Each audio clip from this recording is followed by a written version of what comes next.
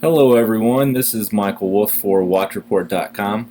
Before we get into the watch that you're viewing today, I want to make a confession that I am a dive watch guy, a dive style watch guy.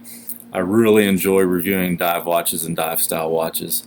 And this particular watch from CCCP Time is a very nice dive style watch that is budget minded and is very friendly to the wallet. And um, it has a full retail price point of 800, around $850. But if you do your due diligence and search the online retailers such as Amazon and Overstock, you will find that this is heavily discounted, and for what you will see in this video is very in tune with the price of those online retailers. So first I wanted to show what it looks like on a 7 3/4 inch wrist. It does have a lot of wrist presence. The specifications have it at 44 millimeters, and because the bezel sticks out a little bit over the sides of the case, that's has it at about 45, and then the crown at the 4 extends it out to around 52 millimeters, and we have a lug tip to lug tip measurement of 54 millimeters with a weight of 220 grams on the full bracelet. So quite a substantial watch. You'll know you're wearing it, other people will notice it. It's just again, a lot of wrist presence. So let's get this off the wrist and talk about the watch a little bit. Again, I already gave you all the specifications. The model again is the Aurora. CCCP Time, at one point in time, if not still currently, is a Russian-based company, and they take a lot of their inspiration on their timepieces, including the Aurora models from the Russian government, politics, military, etc. This particular watch was named after the Aurora, which was a military ship that was in service in the early 1900s and is currently a museum in St. Petersburg, Russia.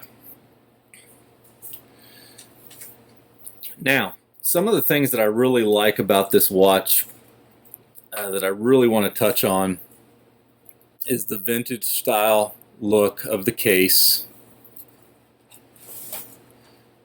It has very angular lugs, beveled lugs. It's not the typical sub-homage style case, so it looks different than most other dive watches or dive style watches. It's all 316L stainless steel. Very well constructed, very unique design.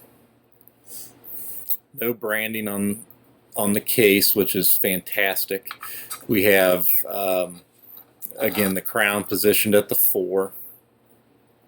Now the one thing about the crown, it is a push-pull crown, which this watch, why I classified as a dive style watch, is only 100 meters water resistant. So if this was a screw down crown or had a little bit better of a gasket system, then you could probably bump it up to the 200 meter water resistant rating, and it'd be an actual true professional dive watch. So I would love to see that upgrade. Now we did a water test on this. We have a mineral crystal.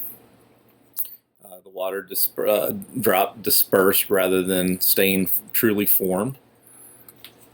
That would be the other area that I would prefer to see sapphire.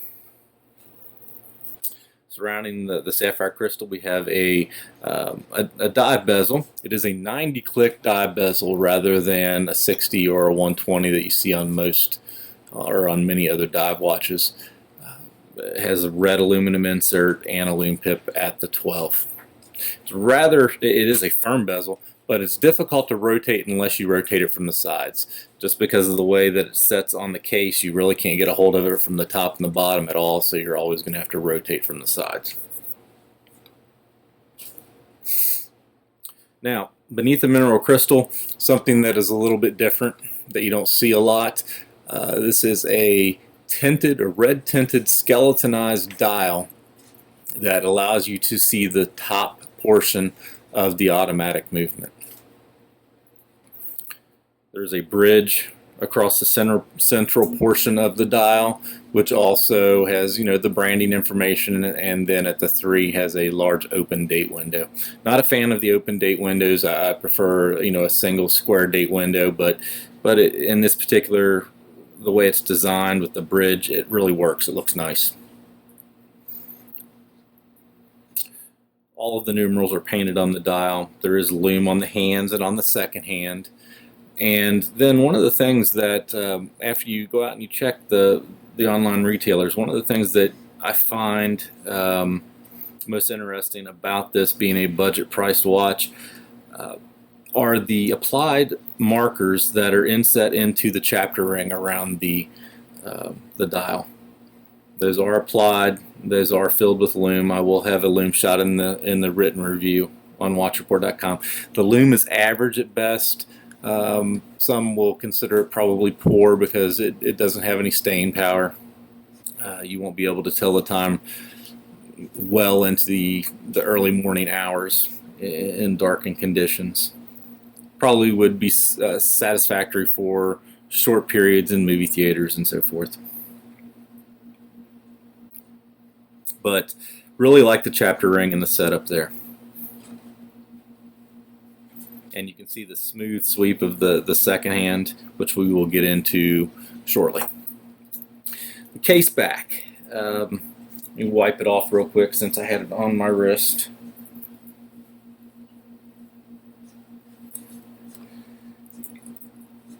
It is also red tinted, as you can see, to match the front. I'm not sure if the entire mineral crystal is tinted or if it just has a film on the underside, or I'm not certain, but it is a rather different component for any particular automatic watch that I've seen. You can see the rotor still beneath the crystal.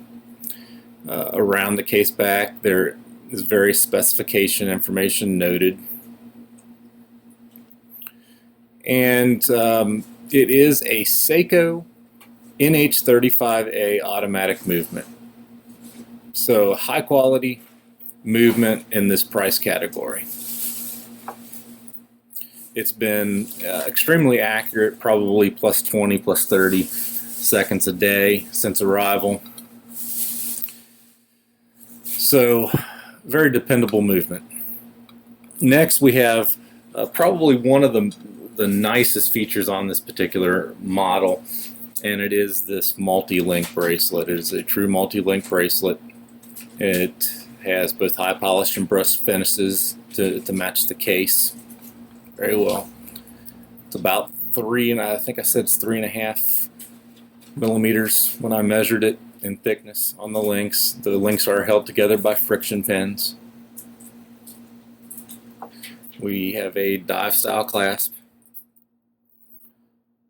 with push button, 3 micro adjustments, as you can see right there, to help get that precise fit on the wrist. Now the other aspect of this, in my opinion, besides the crown that makes it a dive style instead of a true dive watch, there's no dive extension. So you're probably not going to be able to get this, you wouldn't be able to get this on over a wetsuit anyway, and at 100 meters I'm not sure you'd take it diving anyway. But it should be adequate for some swimming activities and snorkeling and so forth.